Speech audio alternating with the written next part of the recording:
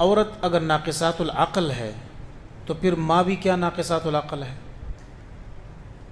اگر عورت ناقصات العقل اور دین ہے حضور نے فرمایا، تو پھر کیا ماں بھی ناقصات العقل اور دین ہے؟ عورت ایک منزلت کے حساب سے ہے، ایک شریعت کے حساب سے ہے۔ منزلت کے حساب سے عورت کا مقام بعض دفعہ مرد سے زیادہ افضل ہو جاتا ہے۔ ماں کا مقام بیٹے سے کیا ہے؟ افضل ہے۔ کیا ہے؟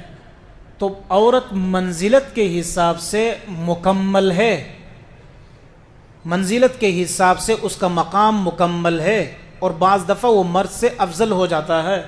الرجال قوامون علی النساء بما فضل اللہ بعضهم علی بعض۔ تو منزلت کی بات یہاں نہیں چل رہی ہے جو حضور نے فرمایا۔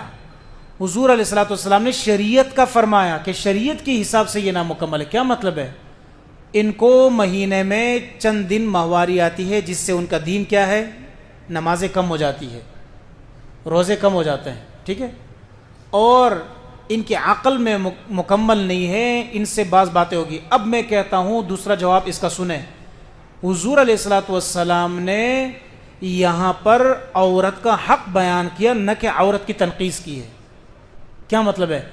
حضور علیہ الصلوۃ والسلام نے حق ہی بیان کیا کہ دیکھیں عورت سے اگر کوئی غلطی ہوتی ہے، وہ کسی بھی صورت میں ہو، کسی بھی صورت میں ہو، اللہ نے ان کے ذہن کو اتنا نازک بنایا ہے نا کہ اتنا پختہ ان کا ذہن نہیں ہے، تو اگر ان سے کوئی غلطی ملتی ہو تو ان کو معاف کیا کرو، یہ ناقصات العقل ہے۔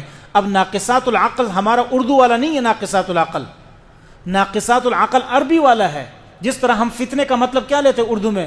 فتنہ، فلاں نے بڑا فتنہ پھیلایا، حالانکہ قرآن میں فتنے کا مطلب وہ فتنہ صرف نہیں ہے، فتنے کا مطلب آزمائش بھی ہوتا ہے، ٹھیک ہے۔ تو ناقصات العقل کا مطلب یہ ہے کہ ان کے عقل میں کیا پائی جاتی ہے؟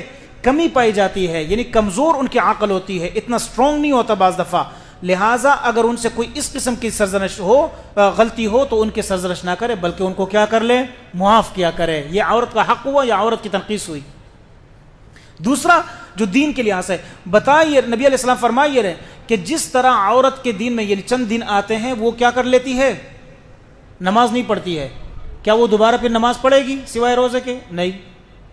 بہت ساری عبادات سے محروم ہو جائے، کرے گی نہیں۔